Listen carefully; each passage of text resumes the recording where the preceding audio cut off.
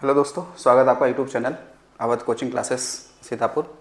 तो जैसा आपने देखा कि हम लोगों ने क्या किया था, उत्तर प्रदेश में जो राज व्यवस्था और प्रशासन है उसका हमने भाग एक देख लिया। और ये भाग क्या होगा, आपका दूसरा होगा जो उससे रिलेटेड होगा कई सारे क्वेश्चन, जो मतलब ये एक बेसिक सवाल जो है जो आपके एग्जाम में गलत नहीं होने चाहिए, क्योंकि बेसिक सवाल अगर आप गलत करते हैं तो फिर आप एग्जाम से बाहर हो जाते हैं। तो आपको ऐसा नहीं करना है, तो बेसिक सवाल तो आपको सही होने ही होने चाहिए। तो चलिए आज के देखते हैं 25 क्वेश्चनों के बारे में, और उसमें कुछ एक्सप्लेनेशन भी हम करेंगे, उससे विशेष करके आपको ध्यान देखिएगा। ठीक है, तो चलिए देखते हैं आज का पहला क्वेश्चन हमारा क्या है भाई। तो देखिए, पहला क्वेश्चन है कि स्वतंत्रता के बाद उत्तर प्रदेश विधान परिषद के प्रथम सभापति कौन थे। ठीक है, तो रघुनाथ विनायक धुलेरकर, चंद्रभाल, दरबारी लाल शर्मा, वीरेंद्र स्वरूप। इसमें सही आंसर आपका है श्री चंद्रभाल। कौन है? श्री चंद्रभाल। इनके बारे में आपको ध्यान रखिएगा कि ये 1949 से लेकर, इनका अगर कार्यकाल देखा जाएगा तो ये 1949 से लेकर ये कब तक थे, 1958 तक। कब तक थे? 1958 तक। तो उत्तर प्रदेश विधान परिषद के पहले अध्यक्ष कौन है? तो श्री चंद्रभाल हैं।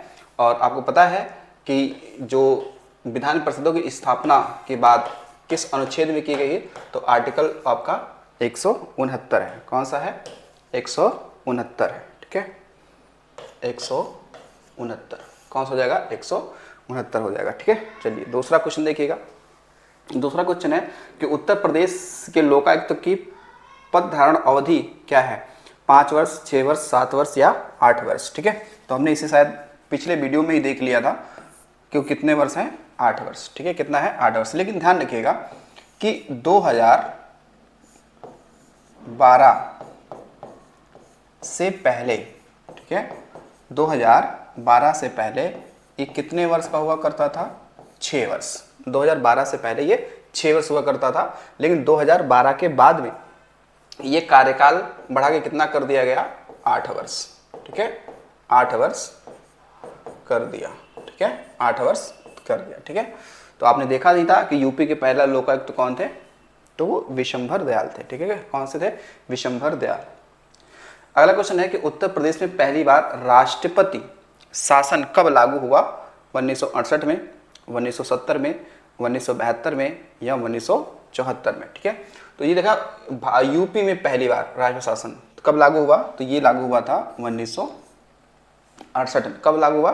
तो 1968 में ये लागू होता है। ठीक है, लेकिन एक सवाल आपको और भी ध्यान रखिएगा कि सवाल आपसे कभी कभी ये बन जाता है कि जो राष्ट्रपति शासन सबसे पहले किस देश में लगा था, सॉरी किस राज्य में लगा था, तो वो ध्यान रखिएगा, वो लगा था पंजाब में। ठीक है, तो भारत में सर्वप्रथम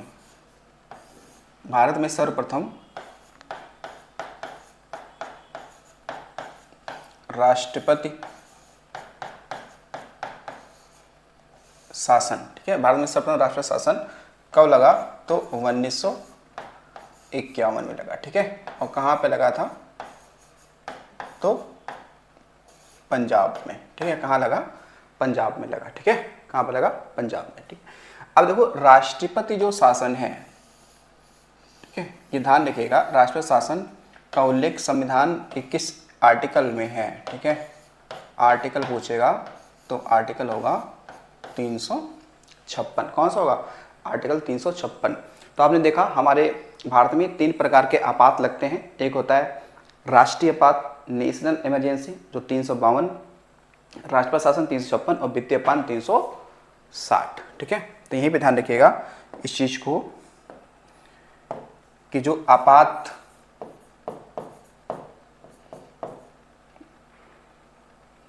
आपातकाल की बात करते हैं, तो आपातकाल भारत में कितने प्रकार के लगते हैं? 3 प्रकार के। 3 प्रकार के। ठीक है, एक अनुच्छेद है 352 में, कौन सा लगेगा? तो राष्ट्रीय आपात। ठीक है, कौन सा लगेगा? राष्ट्रीय आपात।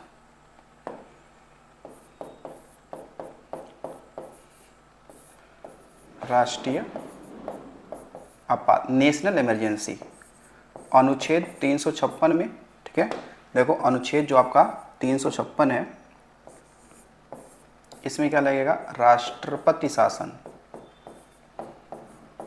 राष्ट्रपति शासन, ठीक है। और फिर आपका जो है 360, इसमें क्या लगेगा, वित्तीय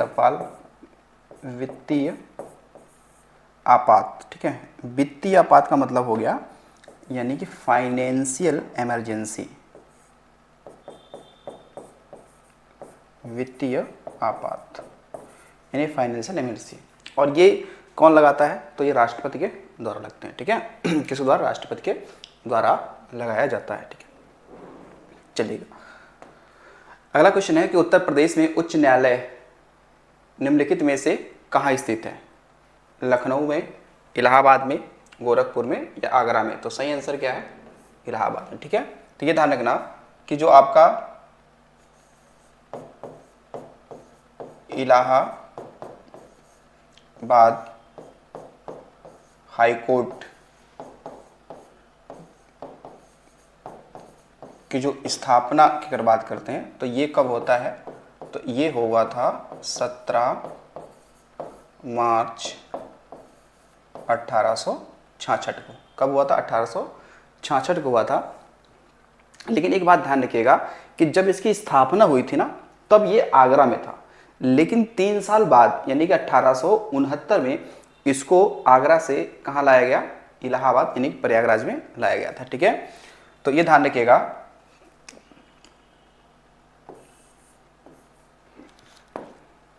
कि ये प्रारंभ में कहाँ था, आगरा में, आगरा में था। लेकिन 1869 में इसे कहाँ लाया गया, इसे लाया गया प्रयागराज, लाया गया, ठीक है। इसका मुख्यालय कहाँ लाया गया, प्रयागराज में ले आया गया, ठीक है। तो जो इलाहाबाद हाई कोर्ट है, इसको ध्यान रखिएगा कि ये देश का ये क्या है, चौथा, ठीक है, हाई कोर्ट है, ठीक है। ये देश का क्या है, चौथा हाई कोर्ट है। इससे पहले Kolkata high court, Madras high court और मुंबई हाई कोर्ट ये बन चुके थे। उसके बाद में चौथा कौन सा बना, इलाहाबाद हाई कोर्ट बना, ठीक है। कौन बना, इलाहाबाद हाई कोर्ट बना, ठीक है। इसके अतिरिक्त देखेंगे तो इलाहाबाद हाई कोर्ट जो है ये न्यायाधीशों की संख्या के हिसाब से ये विश्व का क्या है, सबसे बड़ा न्यायालय है, ठीक है ना। ध्यान रखिएगा कि न्यायाधीशों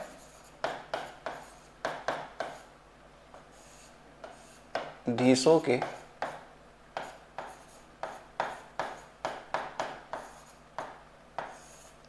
हिसाब से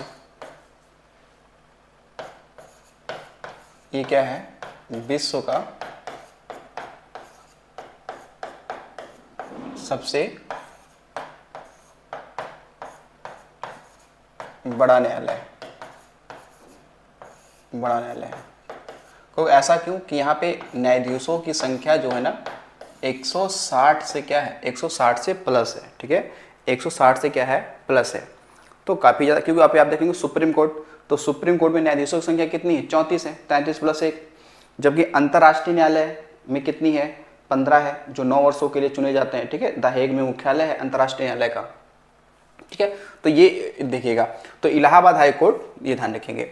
अब देखो इलाहाबाद हाई कोर्ट में सवाल आपसे ये बनता है कि इसका क्या है कि एक हमने ब्रांच यानी एक इसका क्या है, खंडपीठ स्थापित किया है ना, वो कहाँ पे है, तो वो है कहाँ पे, तो लखनऊ में।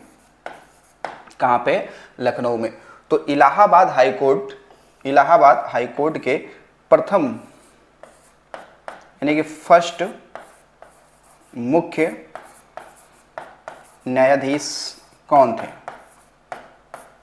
थे, तो उनका नाम था वाल्टर मॉर्गन, ठीक है। नाम क्या है, उनका नाम था वाल्टर मॉर्गन,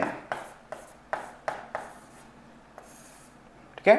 तो वाल्टर मॉर्गन, तो ये क्या थे, इलाहाबाद हाई कोर्ट के पहले ये क्या रहे हैं, मुख्य न्यायाधीश रहे, ठीक है, मुख्य न्यायाधीश रहे, ठीक है। तो अगर देखो सुप्रीम कोर्ट में न्यायाधीशों की संख्या कितनी होती है, तो कहोगे 33 प्लस 1 यानी कि कुल मिला के 34। ठीक है।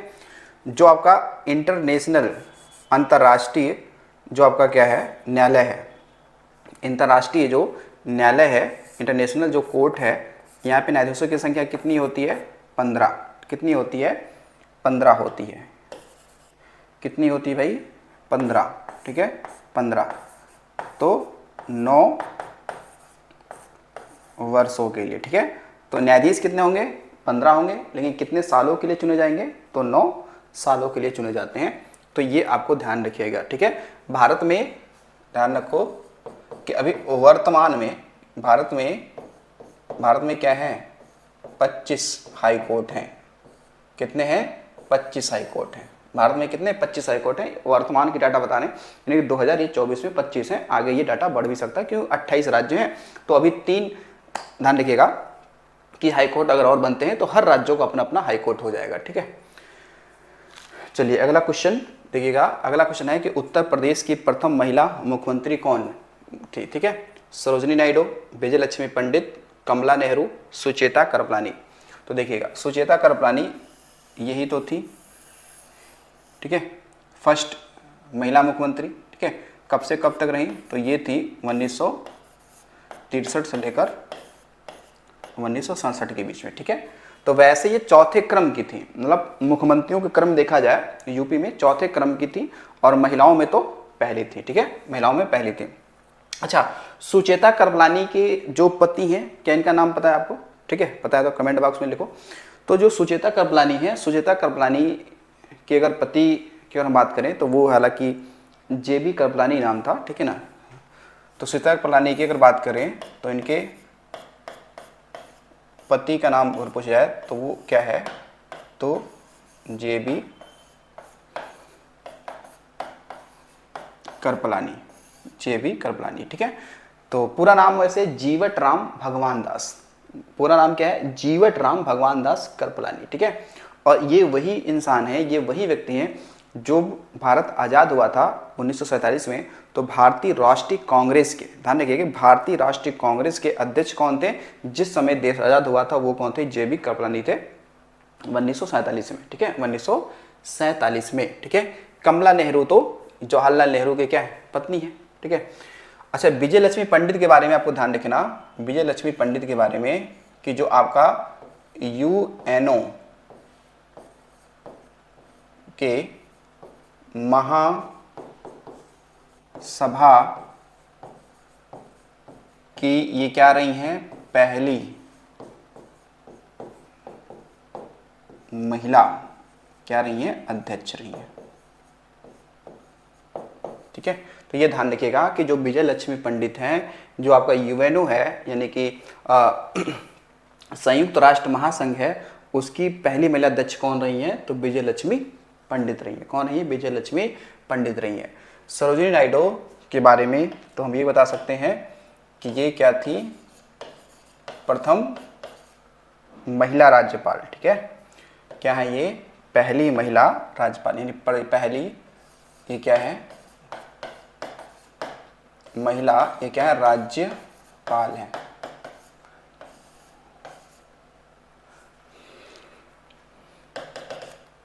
यानी ये देखो मतलब कि आप कह सकते हो कि पूरे भारत में पहली महिला राज्यपाल कौन है तो है कौन सरोजिनी नायडू। कौन है सरोजिनी नायडू।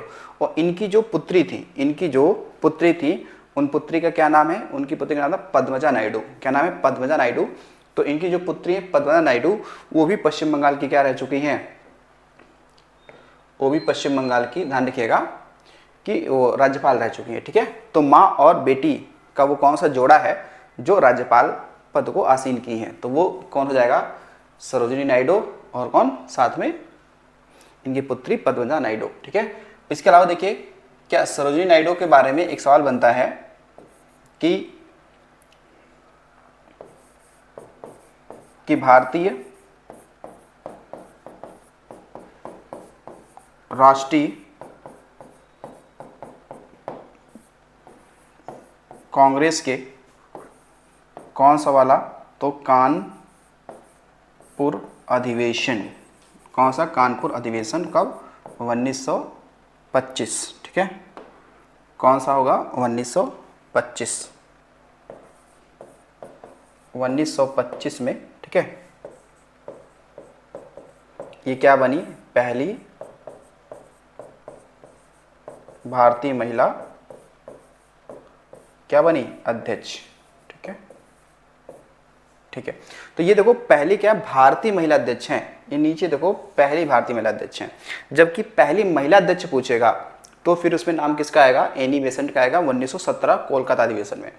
तो एनी बेसेंट भारतीय राष्ट्रीय कांग्रेस की पहली महिला अध्यक्ष थी 1917 कोलकाता अधिवेशन में। जबकि प्रथम भारतीय महिला अध्यक्ष पूछेगा आईएनसी का, तो वो कौन हो जाएंगी फिर, सरोजिनी नायडू, ठीक है। इनकी ही जयंती पर, ठीक है, इनकी जयंती पर ध्यान रखना, इनकी जयंती पर कब, तो 13 फरवरी को, कब भाई 13 फरवरी को क्या मनाते हैं, तो 13 फरवरी को मनाते हैं राष्ट्रीय महिला दिवस। क्या मनाते हैं, राष्ट्रीय महिला दिवस, ठीक है, राष्ट्रीय महिला दिवस। बाकी इनको सरोजिनी नायडू को हम लोग क्या कहते हैं, इनको हम लोग भारत की बुलबुल क्या बोलते हैं, भारत की बुलबुल कहते हैं, ठीक है ना, और इनको भारत की कोकिला भी कहते हैं, ठीक है। तो ये ध्यान रखेंगे आप। चलिए अगला क्वेश्चन देखिए, क्वेश्चन नंबर आपका है 6। उत्तर प्रदेश में विधानसभा का गठन स्वतंत्रता के बाद कब हुआ, ठीक है। ये देखो लिखा हुआ स्वतंत्रता के बाद बताना है, ठीक है। वैसे गठन तो इसका कब हुआ था, 1937 में हुआ था ना, 1937 में 1 अप्रैल 1937 को हुआ था। लेकिन ये कह रहा है कि स्वतंत्रता के बाद बताना है, 8 मार्च 1951, 52, 53 या 54। तो देखो इसमें जो सही आंसर आपका वो 1952 हो जाएगा, ठीक है ना। कब हो जाएगा, 1952, ठीक है। कौन सा हो जाएगा, 8 मार्च 1952, ठीक है। जबकि पहली बार कब हुआ था, 1937 में हुआ था। कब हुआ था, 1937 में हुआ था, ठीक है। अगला क्वेश्चन देखिएगा, उत्तर प्रदेश में अब तक कितनी बार राष्ट्रपति शासन लग चुका है, 5 बार, 9 बार, 6 बार या 10 बार। तो अब तक तो लग चुका है कितनी, 10 बार लग चुका है, ठीक है। तो लेकिन ध्यान रखिएगा इस बात को कि फर्स्ट बार कब लगा था यूपी में राष्ट्रपति शासन, तो वो लगा था 1968 में, ठीक है। शायद इस समय सीएम चौधरी चरण सिंह थे, ठीक है ना, इस समय सीएम कौन थे, चौधरी चरण सिंह थे। फिर उसके बाद में देखिएगा कि सर्वाधिक बार, यानी कि यूपी में राष्ट्रपति शासन सर्वाधिक बार, ठीक है,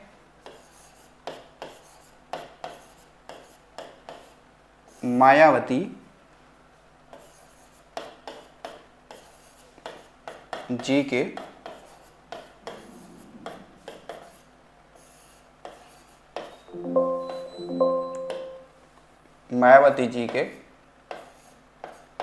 कार्यकाल में, ठीक है, लगा था। कितनी बार, तो देखो 4 बार। कितनी बार, 4 बार। यानी कि कौन से वो यूपी के सीएम थे जिनके कार्यकाल में ज़्यादा बार राष्ट्रपति शासन लगा है, वो है मायावती। कितनी बार, 4 बार लगा। लेकिन पहली बार कब लगा, तो पहली बार लगा था कब, 1968 में। पहली बार कब लगा था, 1968 में, ठीक है। कहाँ, यूपी में। जो कि पूरे भारत में पहली बार राष्ट्रपति शासन कब लगा, तो आपने पढ़ा था कब, 1951 में लगा था। कहाँ पे, तो पंजाब वाले क्षेत्र में। कहाँ लगा था, पंजाब वाले क्षेत्र में, ठीक है। चलिए अगला देखिए, क्वेश्चन नंबर 8 देखते हैं, ठीक है। क्वेश्चन नंबर 8 देखते हैं। क्वेश्चन नंबर 8 है कि उत्तर प्रदेश में सर्वाधिक बार मुख्यमंत्री बनी या बने, मायावती, अखिलेश यादव, काशीराम, बाबूराम, ठीक है। तो सही आंसर क्या है इसमें, वो है आपका कौन, मायावती, ठीक है। क्या नाम होगा, मायावती, ठीक है। तो कितनी बार, तो हमने पिछले में चर्चा ही कर लिया था। तो ये कितनी बार मुख्यमंत्री बनी है, तो ये बनी है 4 बार। कितनी बार बनी है, 4 बार, ठीक है। यानी कि अभी तक सबसे ज़्यादा बार सीएम के पद पर शपथ लेने वाली वो कौन है व्यक्ति, तो मायावती जी हैं यूपी में। कितनी बार, तो 4 बार, ठीक है। वैसे ऑल इंडिया में देखा जाए तो जो नीतीश कुमार सुना होगा जो इस समय बिहार के सीएम है, वो शपथ लेने का इन्होंने रिकॉर्ड बना रखा है। लेकिन यूपी में 4 बार कौन हो गई, मायावती जी हो गई, ठीक है। बाकी अखिलेश यादव भी हमारे क्या है, वो युवा क्या रह चुके हैं, आपके सबसे युवा क्या है, सीएम हैं यूपी के, ठीक है। उत्तर प्रदेश विधानसभा के सर्वाधिक 3 बार विधानसभा अध्यक्ष रहने वाले निम्नलिखित में से कौन से व्यक्ति हैं। ठीक है, 3 बार। ठीक है, एक नाम होगा श्री हृदय नारायण दीक्षित, श्री आत्माराम गोविंद खेर, श्री केसरीनाथ त्रिपाठी, 2 और 3 दोनों। ठीक है, 2 और 3 दोनों। ये है उत्तर प्रदेश विधानसभा के सर्वाधिक बार। सर्वाधिक बार कितनी बार, यानी कि 3 बार। ठीक है, कितनी बार, 3 बार। विधानसभा अध्यक्ष रहने वाले व्यक्ति निम्नलिखित में से वो आपके कौन है। ठीक है, तो देखो, तो इसमें आपके 2 और 3 सही हो जाएंगे। ठीक है ना भाई, देखो इसमें सही आंसर क्या है, 2 और 3 दोनों क्या है, सही है। ठीक है, दोनों सही है। ठीक है, तो ये 2 व्यक्ति हैं जो सर्वाधिक बार क्या रह चुके हैं, विधानसभा के अध्यक्ष रह चुके हैं। कितनी बार, तो 3 बार। उत्तर प्रदेश में लोक अदालतों की शुरुआत कब से की गई थी, 1977 से, 1987 से, 1989 से, 1974 से। तो सही आंसर क्या है आपका, 1987 से। ठीक है, ये ध्यान रखिएगा। अब 1989 में ध्यान रखना कि यूपी की दूसरी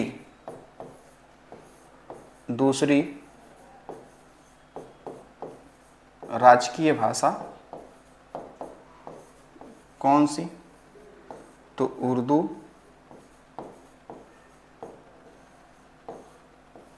अपनाई गई। ठीक है, कब अपनाई गई, तो 1989 में। ठीक है, कब अपनाई गई, तो 1989 में।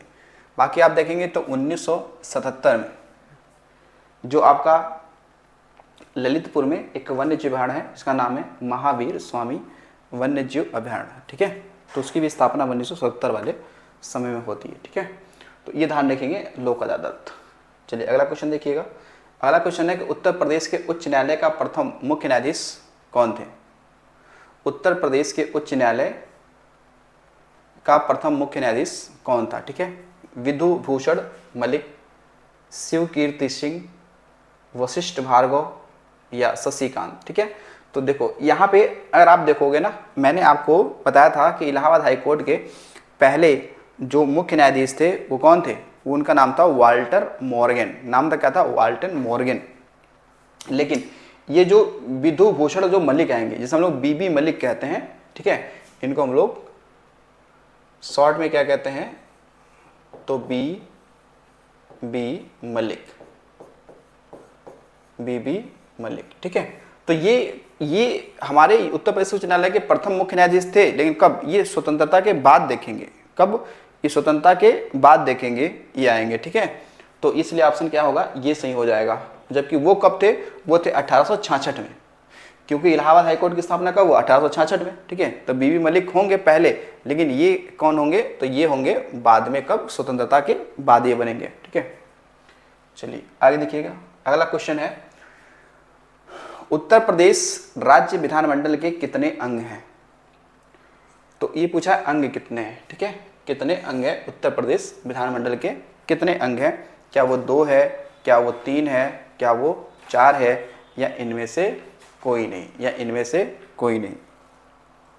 तो देखिएगा, अब पूछा ना अंग की बात कर रहा है, तो हमारे यूपी में विधानमंडल कैसी है, 2 सदनी है। ठीक है, 2 सदनी है। वैसे आंसर इसमें सही क्या है, आंसर वैसे 3 है। ठीक है, तो देखो जिस राज्य में आपका क्या हो, विधान मंडल कैसा हो, आपका 2 सदनी हो, तो इस स्थिति में यहां पर जो इसके अंग होंगे वो अंग होंगे कितने, तो 3 होंगे। कितने होंगे, 3। तो हमारे यूपी में विधानमंडल तो 2 सदनी है ही है, तो यहाँ पे अंग 3 होंगे। कहेंगे कौन से भाई 3 अंग होंगे, तो देखो एक तो हो जाएगा आपका कौन सा, विधान सभा, तो ये भी तो अंग है। ठीक है, एक कौन है, विधान परिषद, कौन है, विधान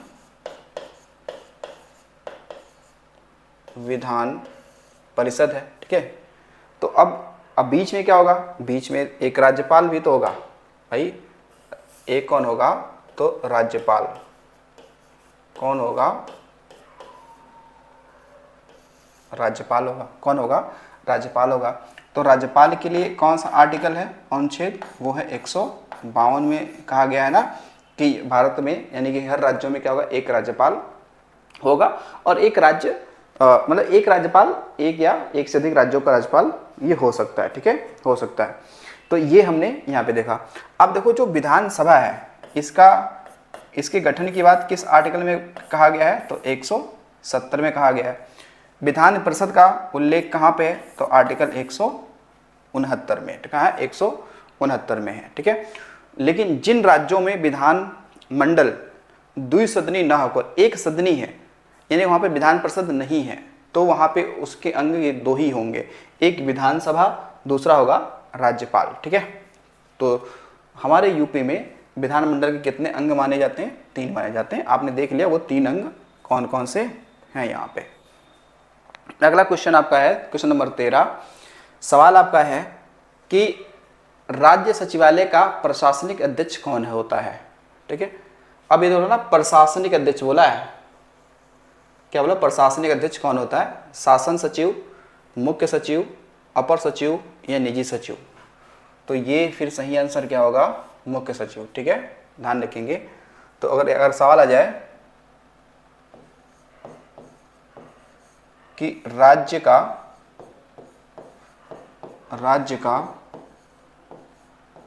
सर्वोच्च अधिकारी कौन होता है, राज्य का सर्वोच्च अधिकारी कौन होता है, तो आपको बताना है जो राज्य का क्या होता है, मुख्य सचिव। यानी कि राज्य का सबसे ऊंचा अधिकारी या सबसे बड़ी पोस्ट कौन सी, यानी कि राज्य में सबसे बड़ी पोस्ट कौन सी है, वो है मुख्य सचिव की, ठीक है, मुख्य सचिव की। तो ये ध्यान रखेंगे, ठीक है, मुख्य सचिव की सबसे बड़ी पोस्ट होती है राज्य में, ठीक है। तो वो प्रशासनिक अध्यक्ष भी होता है उस राज्य का, ठीक है, प्रशासनिक अध्यक्ष भी हो जाएगा। तो चलिए अगला सवाल देखिएगा।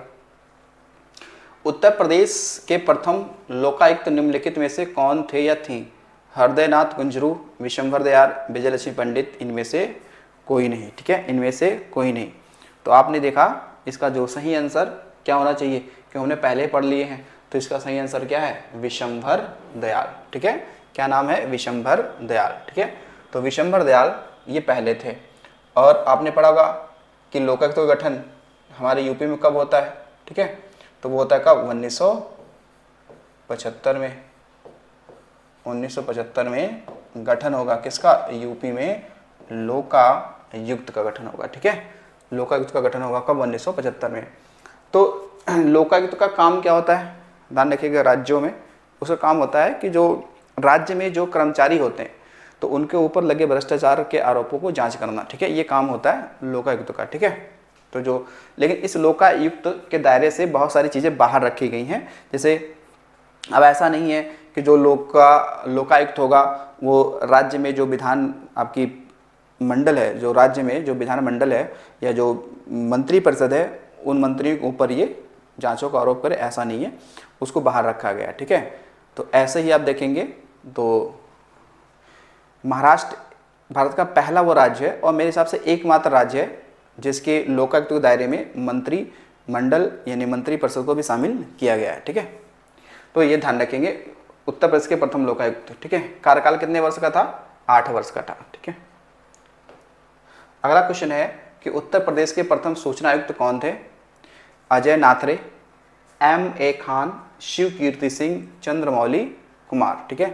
तो ये सही आंसर क्या है आपका, M.A. खान, ठीक है। तो देखिएगा सूचना आयुक्त की बात करते हैं तो ये आ जाएगा कि जो राइट टू इंफॉर्मेशन, यानी कि अगर आ जाए यहाँ पे RTI यानी कि राइट टू इंफॉर्मेशन, तो RTI एक्ट पूछेगा। RTI एक्ट कब आया, तो हमें बताना है ये एक्ट आया था 2005 में। कब आया था, 2005 में।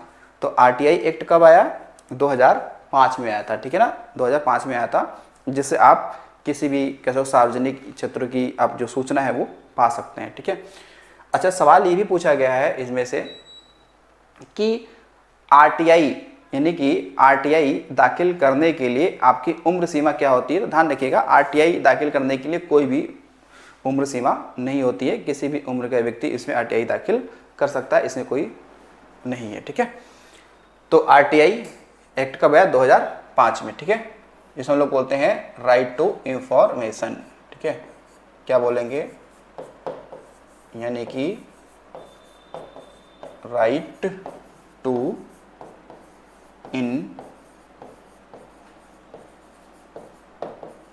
इंफॉर्मेशन, ठीक है, राइट टू इंफॉर्मेशन। तो सूचना, ध्यान रखिएगा, आयुक्त यूपी के पहले कौन थे? तो एम.ए. खान थे, ठीक है। तो राइट टू इंफॉर्मेशन कब आया? 2005 में, ठीक है। चलिए अगला है उत्तर प्रदेश लोक सेवा प्राधिकरण की स्थापना कब हुई थी? 1974 में, 1975 में, 1976 में या 1977 में, ठीक है। तो इसका सही आंसर क्या है? लोक सेवा प्राधिकरण, तो इसका सही आंसर है 1976। कौन है? 1976। अगला है विधानसभा अध्यक्ष जिन्हें मुख्यमंत्री पद को भी सुशोभित किया है, यानी कि वो विधानसभा के अध्यक्ष भी रहे हैं और साथ साथ में वो क्या रहे हैं? मुख्यमंत्री भी रहे हैं। वो कौन इसमें व्यक्ति हैं? क्या वो श्री बनारसी दास जैन है, श्री आत्माराम गोविंद है, श्री केसरीनाथ त्रिपाठी हैं या राज ऋषि पुरुषोत्तम दास टंडन है? तो जो सही आंसर है वो कौन सा है? श्री बनारसी दास जैन, ठीक है ना। तो ऐसे दो व्यक्ति हैं जो मुख्यमंत्री भी रहे हैं और विधानसभा अध्यक्ष रहे हैं, ठीक है। तो ये ध्यान रखिएगा कि यूपी में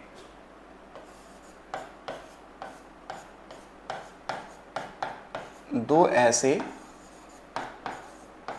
व्यक्ति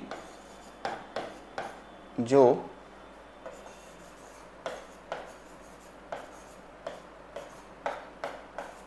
मुख्यमंत्री और क्या रहे हैं? विधानसभा अध्यक्ष रहे, ठीक है। तो वो दो कौन व्यक्ति हैं? तो जरा देखो, वो दो व्यक्ति हैं, एक लोगों का नाम है क्या? श्रीपत मिश्र। तो श्रीपति मिश्र और दूसरा नाम है बनारसी दास जैन। दूसरा नाम क्या है? बनारसी दास जैन, ठीक है। तो ये दो नाम आता है।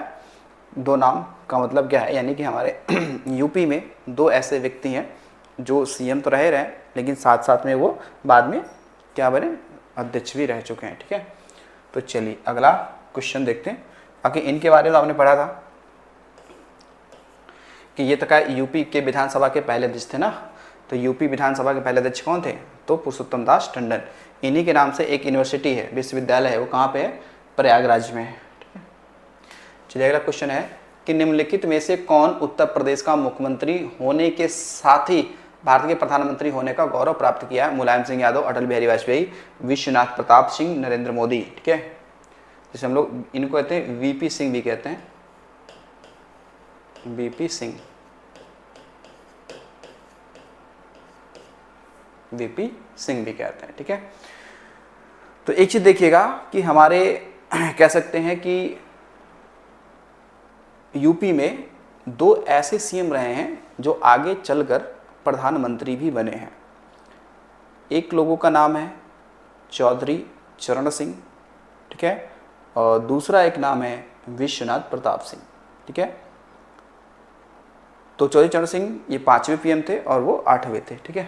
तो यहीं पे एक डाटा ये लिखा जाएगा, इसको थोड़ा मिटा देते हैं। देखिएगा कि दो सीएम जो पीएम भी रहे, ठीक है, कहाँ के? यूपी के, ठीक है, यूपी के। तो वो दो लोगों को देखा जाए तो एक नाम आएगा किसका? तो चौधरी चरण सिंह का, ठीक है, चौधरी सिंह का, ठीक है। तो ये भारत के क्या थे? 5वें पीएम थे। किस नंबर के थे? 5वें पीएम थे, ठीक है। और दूसरा नाम आएगा वो है आपका, ये है विश्वनाथ प्रताप सिंह, यानी को शॉर्ट में लिखते क्या? यानी कि बीपी सिंह, नाम क्या होगा, बीपी सिंह हो जाएगा। ठीक है, नाम क्या हो जाएगा, बीपी सिंह हो जाएगा। और ये भारत के क्या थे, 8वें पीएम थे। किस नंबर के थे, 8वें नंबर के थे। ठीक है, तो जो चौधरी चरण सिंह है, इनका जन्म तो कहाँ होता है, इनका जन्म तो हुआ कहाँ, हापुड़ में। ठीक है, जन्म कहाँ हुआ है, हापुड़ में, हापुड़ में। जबकि इनका जो जन्म है वो कहाँ हुआ, प्रयागराज में। कहाँ हुआ है, प्रयागराज में। और आपने पढ़ा था कि प्रयागराज को प्रधानमंत्रियों का शहर कहते हैं। क्या कहते हैं, प्रयागराज को प्रधानमंत्रियों का शहर कहते हैं। क्यों, क्योंकि सबसे ज़्यादा प्रधानमंत्री ये कहाँ से हुए हैं, तो प्रयागराज से हुए हैं। ठीक है, इसलिए कहा जाता है। ठीक है, तो चौधरी चरण सिंह, आपने एक यूनिवर्सिटी भी सुना होगा, नहीं सुना है, चौधरी चरण सिंह जो यूनिवर्सिटी है वो कहाँ पे है, मेरठ में। कहाँ पे है, मेरठ में। और चौधरी चरण सिंह, ध्यान रखिएगा कि चौधरी चरण सिंह जो आपका क्या है, अंतर्राष्ट्रीय एयरपोर्ट है वो लखनऊ में है। ठीक है, लखनऊ में एक जगह पड़ती है आमावसी, तो आमावसी में चौधरी चरण सिंह अंतर्राष्ट्रीय एयरपोर्ट है, ये भी आपको ध्यान रखना है। चौधरी चरण सिंह की जो जयंती है ना 23 दिसंबर, उसे हम लोग राष्ट्रीय किसान दिवस मनाते हैं। वैसे चौधरी चरण सिंह को हम लोग किसानों का मसीहा भी कहते हैं। ठीक है, तो जो चौधरी चरण सिंह है, इनकी जो जयंती है, इनकी जयंती की बात करते हैं। जयंती कब होता है, तो 23 दिसंबर। कब है, 23 दिसंबर को क्या मनाते हैं, तो राष्ट्रीय किसान दिवस। क्या मनाते हैं, राष्ट्रीय किसान दिवस। क्या मनाते हैं, राष्ट्रीय किसान दिवस। ठीक है, बाकी इनको चौधरी चरण सिंह को किसानों का मसीहा कहते हैं। ठीक है, क्या बोलते हैं, किसानों का मसीहा कहते हैं। ये आपने सुना होगा कि दिल्ली में एक किसान घाट है। क्या है, किसान घाट है, तो किसान घाट में ही क्या है, इनकी समाधि स्थल है चौधरी चरण सिंह की। ठीक है, चलिए अगला क्वेश्चन देखिएगा। अगला क्वेश्चन है, उत्तर प्रदेश के उच्च न्यायालय के मुख्य न्यायाधीश की नियुक्ति ... करता है। तो यहाँ पे देखिए लिखा है, उत्तर प्रदेश के उच्च न्यायालय के मुख्य न्यायाधीश की नियुक्ति कौन करता है, राज्यपाल, भारत का राष्ट्रपति, सर्वोच्च न्यायालय का मुख्य न्यायाधीश या प्रधानमंत्री। ठीक है, प्रधानमंत्री। तो देखिएगा इसमें हालांकि सही आंसर तो क्या है, सही आंसर तो भारत का राष्ट्रपति है। ठीक है, तो जो भारत का राष्ट्रपति होता है, ठीक है, जो भारत का राष्ट्रपति होता है वो किसी भी राज्य के मुख्य न्यायाधीश की नियुक्ति भारत के मुख्य न्यायाधीश के परामर्श पे ही करता है। ठीक है ना, उसके परामर्श पे करता है। ठीक है, तो ये आपको ध्यान रखना है, भारत का राष्ट्रपति।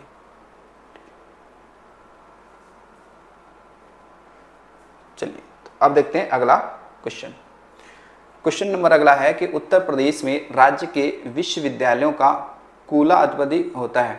अब यहाँ पे लिखा है ना, देखिए राज्य के विश्वविद्यालय, तो राज्य के विश्वविद्यालय के जो कुलाधिपति कौन होता है, मुख्यमंत्री, मुख्य सचिव या राज्यपाल या विधानसभा अध्यक्ष या फिर विधानसभा अध्यक्ष। तो इसमें जो सही आंसर है ना आपका, वो सही आंसर है कौन सा, राज्यपाल।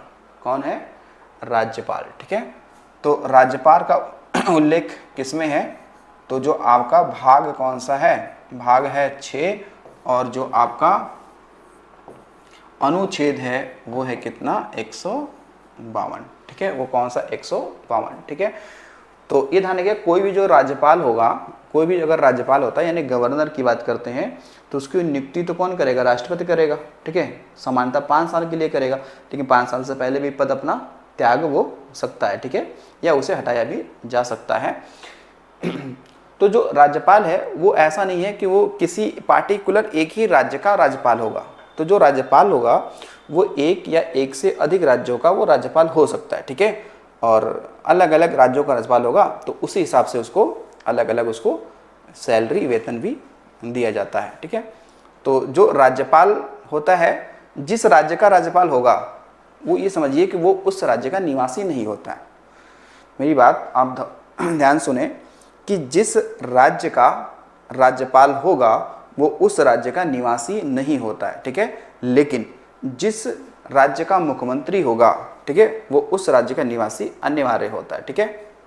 जैसे अगर बात करोगे सरोजिनी नायडू की बात करोगे, तो सरोजिनी नायडू हमारे यूपी की क्या थी, वो राज्यपाल थी, लेकिन उनका जन्म हैदराबाद में हुआ था, ठीक है। जैसे अभी वर्तमान देखोगे तो उत्तर प्रदेश की जो राज्यपाल है आनंदीबेन पटेल है। कौन है? आनंदीबेन पटेल है, लेकिन वो यहाँ की नहीं है, वो कहाँ की है? गुजरात की है। कहाँ की है?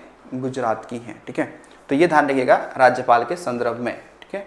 चलिए, तो ये डाटा आपको विशेष रूप से ध्यान रखना है, ठीक है। चलिए, उसके अलावा अच्छा ये देखिएगा कि राज्य के विश्वविद्यालयों का कुलाधिपति कौन होगा? राज्यपाल होगा, ठीक है। लेकिन अगर जो सवाल इस बार से आ जाए कि अगर जो सेंट्रल यूनिवर्सिटियां होती हैं, यानी कि जो सेंट्रल यूनिवर्सिटियां होती हैं, जो केंद्रीय विश्वविद्यालय होते हैं, उनके कुलाधिपति कौन होंगे? तो उसके कुलाधिपति कौन होंगे? तो फिर वो राष्ट्रपति सही हो जाएगा। कौन होगा? राष्ट्रपति सही हो जाएगा, ठीक है। चलिए आगे देखिएगा, स्वतंत्र भारत में उत्तर प्रदेश के प्रथम विधानसभा अध्यक्ष कौन थे? स्वतंत्र भारत में उत्तर प्रदेश के प्रथम विधानसभा अध्यक्ष कौन थे? आत्मा राम गोविंद खेर, नसीफुल हसन, मदन मोहन शर्मा या राज ऋषि पुरुषोत्तम दास टंडन? तो बताओ इसमें क्या सही आंसर है? तो इसमें सही आंसर होगा राज ऋषि पुरुषोत्तम दास टंडन। तो हालांकि इनका हमने देखा था कि ये 1948 से लेकर 1959 तक थे, ये ना 1959 तक थे। तो ये ध्यान रखिएगा, इनको मिल चुका है भारत रत्न। इनको क्या मिल चुका है? भारत रत्न मिल चुका है, ठीक है। और कब मिला था? तो 1961 में मिला था। जैसे आपने देखा था कि जो गोविंद वल्लभ पंत हैं, जो यूपी के पहले सीएम हैं, उनको भी क्या मिल चुका है? भारत रत्न मिला कब? 1957 में। कब मिला? 1957 में मिल चुका है, ठीक है। बाकी आप हमें कमेंट बॉक्स में ये बताएंगे कि भारत में सबसे पहले मरणोपरांत भारत रत्न किसे दिया गया था? भारत में सबसे पहले मरणोपरांत भारत रत्न किसे दिया गया था? आप हमें कमेंट बॉक्स में इसे लिख के बताइएगा, ठीक है। ठीक, तो अब देखो यहाँ पे जो आत्मा राम गोविंद खेर हैं, ये भी हमारे विधानसभा के क्या रह चुके हैं? अध्यक्ष रह चुके हैं, ठीक है ना। इनका भी नाम प्रसिद्ध है, ठीक है। तो उत्तर प्रदेश जो विधानसभा है, इसका गठन कब हुआ था? गठन आपने लिखा था कब हुआ था? 1937 में। कब हुआ था? 1937 में, ठीक है। लेकिन स्वतंत्रता के बाद पूछेगा, अगर क्या पूछेगा? स्वतंत्रता के बाद पूछेगा तो 8 मार्च 1952 में हुआ था। नहीं, 8 मार्च 1952 में हुआ था। तो इसको भी आपको ध्यान रखना है। चलिए अगला क्वेश्चन देखिएगा, वह एकमात्र मुख्यमंत्री जो उत्तर प्रदेश के अलावा उत्तराखंड के भी मुख्यमंत्री रहे हैं? चंद्रभान गुप्त, नारायण दत्त तिवारी, चौधरी चरण सिंह, गोविंद वल्लभ पंत। तो मैंने अभी शुरुआत में ही आपको बताया था कि नारायण दत्त तिवारी वो व्यक्ति हैं जो ये यूपी और यूके, ठीक है, ये क्या रहे हैं? दोनों के ये क्या रहे हैं? सीएम रहे हैं, ठीक है। यानी उत्तर प्रदेश और उत्तराखंड दोनों के क्या रहे हैं? सीएम रहे हैं, ठीक है। क्योंकि आप देखेंगे उत्तराखंड अलग कब हुआ? उत्तराखंड अलग कब हुआ? तो ये हुआ, आपने देखा 9 नवंबर सन 2000 को, ठीक है। तो जब अलग हुआ तो वहां के भी क्या बन गए? सीएम बन गए। उससे पहले ये कहाँ के थे? उससे पहले ये यूपी के सीएम थे, ठीक है। उससे पहले ये कहाँ के थे? उससे पहले ये यूपी के सीएम थे। उसके बाद में ये कहाँ के बन गए? उत्तराखंड के बन गए, ठीक है। बाकी चौधरी चरण सिंह तो आप जानते ही हैं कि इनके समय में पहला क्या लगा था? भारत यूपी में राष्ट्रपति शासन लगा था, इन्हीं के समय लगा था 1968 में, ठीक है। उसके अलावा ये यूपी के सीएम तो रहे आगे चल के ये पीएम भी बने। क्या बने? पीएम भी बने। गोविंद वल्लभ पंत की बात करें तो इन्हीं के नाम पर, देखो सवाल यहाँ से आपसे बेहतर बनेगा एक, ठीक है। गोविंद वल्लभ पंत के ही नाम पर ध्यान रखेंगे, कहाँ पर? तो देखो भैया सोनभद्र में। कहाँ पर? सोनभद्र में, ठीक है। रिहंद बांध के पीछे, रिहंद बांध के पीछे गोविंद वल्लभ पंत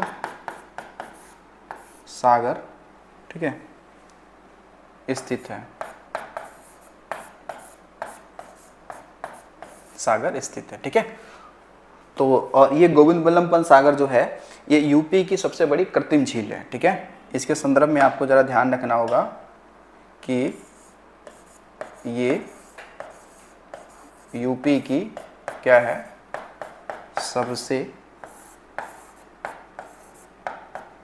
बड़ी क्या है, कृत्रिम झील है, ठीक है। क्या है, कृत्रिम झील है, ठीक है। ठीक है, ये आपको ध्यान रखना है।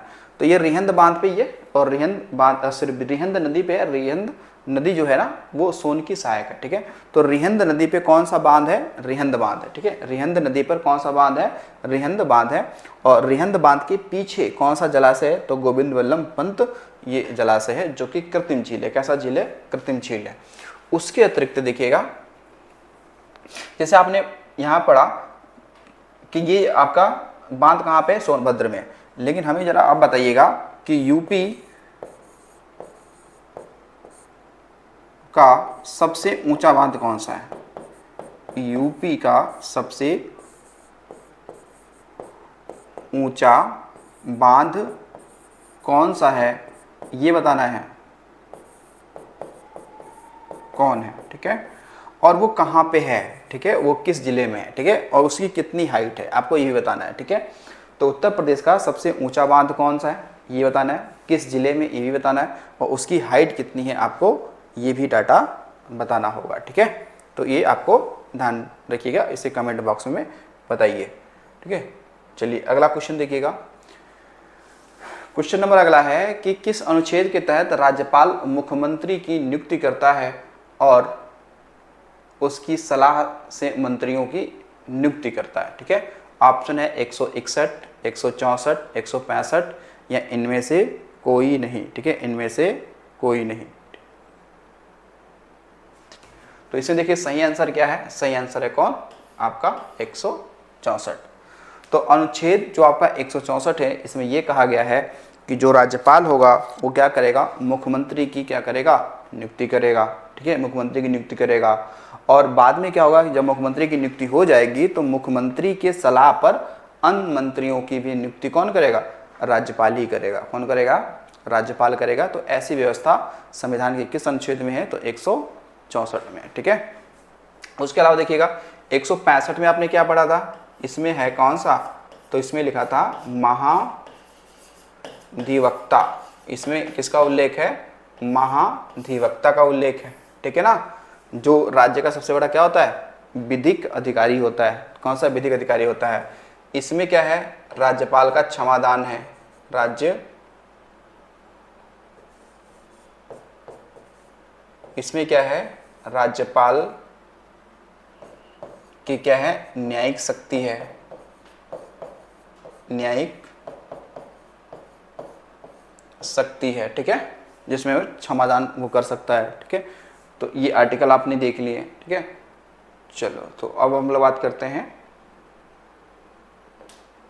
अगला, उत्तर प्रदेश की लोकसभा में कितनी सीटें हैं, 16 हैं, 80 हैं या 30 है, इनमें से कोई नहीं। तो सही आंसर क्या है आपका, सही आंसर देखिएगा, सही आंसर आपका हो जाएगा 80, ठीक है, 80। इस 80 में कितने सीट आरक्षित हैं, देखिए क्या, तो 80 में और बात करें तो आरक्षित सीट कितनी है, आरक्षित सीट की अगर बात करते हैं तो इसमें है एससी के लिए अगर बात करें, अनुसूचित जाति की तो 17 है, यानी कि उत्तर प्रदेश से 17 सांसद ऐसे होंगे जो किस कैटेगरी के आते होंगे, एससी कैटेगरी के आते होंगे, ठीक है। और एसटी की बात करें तो इसके लिए सीटें कितने आरक्षित है, तो वो है 0। क्या है, 0, क्या है, 0। तो अगर सवाल आ जाए कि उत्तर प्रदेश की जो लोकसभा सीटें हैं उसमें आरक्षित सीटें कितनी है, तो 17 हैं। उन 17 में से 17 किसकी हैं, एससी कैटेगरी की हैं, और 0 क्या है, एसटी कैटेगरी के लिए हैं। तो यानी कि एसटी समुदाय का कोई भी सांसद यूपी से नहीं जाता है। लेकिन हाँ, अगर ये देखेंगे तो सबसे अधिक एसटी की सीटें कहाँ आरक्षित हैं लोकसभा में, तो वो है मध्य प्रदेश की, क्योंकि वहाँ पे मध्य प्रदेश में किसकी संख्या ज़्यादा है, तो जनजातियों की संख्या ज़्यादा है, इसलिए वो सीटें क्या वहाँ पे आरक्षित हैं। ठीक है, आरक्षित हैं, लगभग 6 या फिर उससे ज़्यादा भी हैं। ठीक है, 6 या उससे ज़्यादा है। ठीक है, जबकि उत्तर प्रदेश जो विधानसभा है, उत्तर प्रदेश विधान सभा जो सीट है ये कितने हैं, इनकी संख्या कितनी है, तो 403। लेकिन इसमें क्या है, 86 सीट क्या है, आरक्षित है ना, 86 सीट क्या है, आरक्षित है।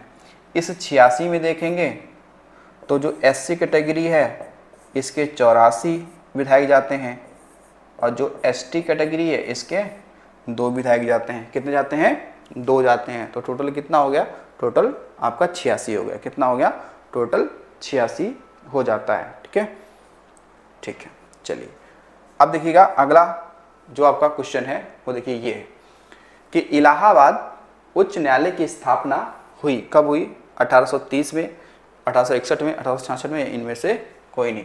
तो सही आंसर क्या है, सही आंसर इसमें बन जाएगा 1866। यानी कि कब, तो लिखा था आपने 17 मार्च 1866। ठीक है, ठीक है। तो ये जो 1866 है वो ध्यान रखिएगा कि ये इसकी स्थापना हुआ तो इलाहाबाद हाई कोर्ट ये देश का चौथा हाई कोर्ट था। ठीक है ना, यानी कि इसका क्रम देखा जाए तो ये जो इलाहाबाद हाई कोर्ट है, इलाहाबाद हाई कोर्ट ये क्या है, देश का 4th, चौथा क्या है, हाई कोर्ट है। तो फिर इससे पहले कौन कौन से थे, इससे पहले था कौन सा, कोलकाता हाई कोर्ट। ठीक है, फिर देखेंगे Madras high court, Madras high court, और फिर कौन सा, मुंबई हाई कोर्ट। तो यानी कि पहले 3 की स्थापना हो चुकी है। ठीक है, फिर चौथा कौन बन रहा है, तो इलाहाबाद हाई कोर्ट बन रहा है। कौन बन रहा है, इलाहाबाद हाई कोर्ट बन रहा है। ठीक है, और इलाहाबाद हाई कोर्ट के संदर्भ में मैंने क्या बताया कि इलाहाबाद हाई कोर्ट ये दुनिया का सबसे बड़ा हाई कोर्ट है। किसके हिसाब से, तो न्यायाधीशों की संख्या के हिसाब से। और यहाँ पर देखेंगे तो 160 से ज़्यादा क्या है, न्यायाधीश हैं। रीजन क्या है, क्योंकि ये यहाँ पे बहुत सारे क्यों उत्तर प्रदेश सबसे अधिक जनसंख्या वाला क्या है, सबसे अधिक जनसंख्या वाला राज्य है। जब सबसे अधिक जनसंख्या वाला राज्य है तो यहाँ पे अधिकतम क्या होंगे, आपकी केस या फाइल आपकी पेंडिंग रहेंगी। पेंडिंग क्यों रहेंगी, क्योंकि यहाँ पे जनसंख्या ज़्यादा है और अपराध या फिर अन्य प्रकार की चीज़ें या मामले ज़्यादा यहाँ पे आते रहेंगे। तो आप देखेंगे तो इसके लिए हमने क्या किया है कि इलाहाबाद हाई कोर्ट पे ज़्यादा वर्णन ना पड़े, इसके लिए हमने क्या किया है कि लखनऊ में इसकी एक ब्रांच हमने डाल रखी है। ठीक है, लेकिन फिर भी आप देखेंगे तो हाई कोर्ट में इतने सारे केस पेंडिंग हैं जो सालों 10-10 साल 20-20 साल तक पेंडिंग चले जाते हैं। क्यों, क्योंकि वहाँ पर जो कह सकते हो कि न्यायाधीशों की संख्या या फिर कह सकते हो संसाधनों की थोड़ी कमी आपको देखी जा सकती है। ठीक है, लेकिन तब भी देखेंगे कि इलाहाबाद हाई कोर्ट दुनिया का सबसे बड़ा हाई कोर्ट है। किस हिसाब से, तो न्यायाधीशों की संख्या के हिसाब से। कितनी, तो 160 से ज़्यादा यहाँ पे क्या है, न्यायाधीश वर्तमान समय में है। ठीक है ना, और आने वाले समय में ये डाटा बढ़ता ही रहेगा। ठीक है, तो हमारे पूरे देश में कितने हाई कोर्ट हैं, पूरे देश में हाई कोर्टों की संख्या कितनी है, 25। तो हमारे देश में हाई कोर्ट कितने हैं, तो हाई कोर्ट है कितने, 25। ठीक है, जबकि आप एक देखेंगे कि जो गुवाहाटी हाई कोर्ट है, जो आपका क्या है, गुवाहाटी हाई कोर्ट है, तो गुवाहाटी हाई कोर्ट में 3 अन्य क्या है, 3 अन्य हाई कोर्टों का क्या लगता है, वहाँ पे मुख्यालय लगता है। चाहे वो ईटानगर हो गया, ईटानगर अरुणाचल प्रदेश वाला वो हो गया। ठीक है, या इम्फाल हो गया, या फिर शिलांग वाला हो गया। तो ये लगभग 3 के वहाँ पे लगते हैं। ठीक है, बाकी अन्य ऐसे बहुत सारे यूटीज़ हैं, बहुत सारे यूटीज़ हैं जिनका हाई कोर्ट थोड़ा अलग लगता है। तो देखिए कभी सवाल, अगर ये सवाल आ जाए, देखिए ये थोड़ा यूनिक सवाल है, जरा इनको ध्यान रखिएगा। सवाल ये होगा कि लक्षद्वीप, लक्षद्वीप का हाई कोर्ट कहाँ पे लगता है, तो ये लगता है केरल में। और केरल का हाई कोर्ट कहाँ पे है, तो एर्नाकुलम में है। ठीक है, कोच्चि जिला है और एर्नाकुलम क्षेत्र यहाँ पे लगता है। देखिएगा अंडमान एंड निकोबार का हाई कोर्ट कहाँ पे लगता है। ठीक है, ये कहाँ लगता है, तो ये लगता है आपका कोलकाता, कोलकाता हाई कोर्ट में लगता है, ठीक है, कोलकाता हाई कोर्ट में लगता है। फिर उसके बाद में दादर नगर हवेली, ठीक है, दादरा नगर हवेली एवं दमन दीव, इसका जो हाई कोर्ट लगता है ये लगता है मुंबई में। कहाँ पे लगता है? ये लगता है मुंबई में लगता है, ठीक है, मुंबई में लगता है, ठीक है। फिर आप देखेंगे पुदुचेरी की बात करते हैं,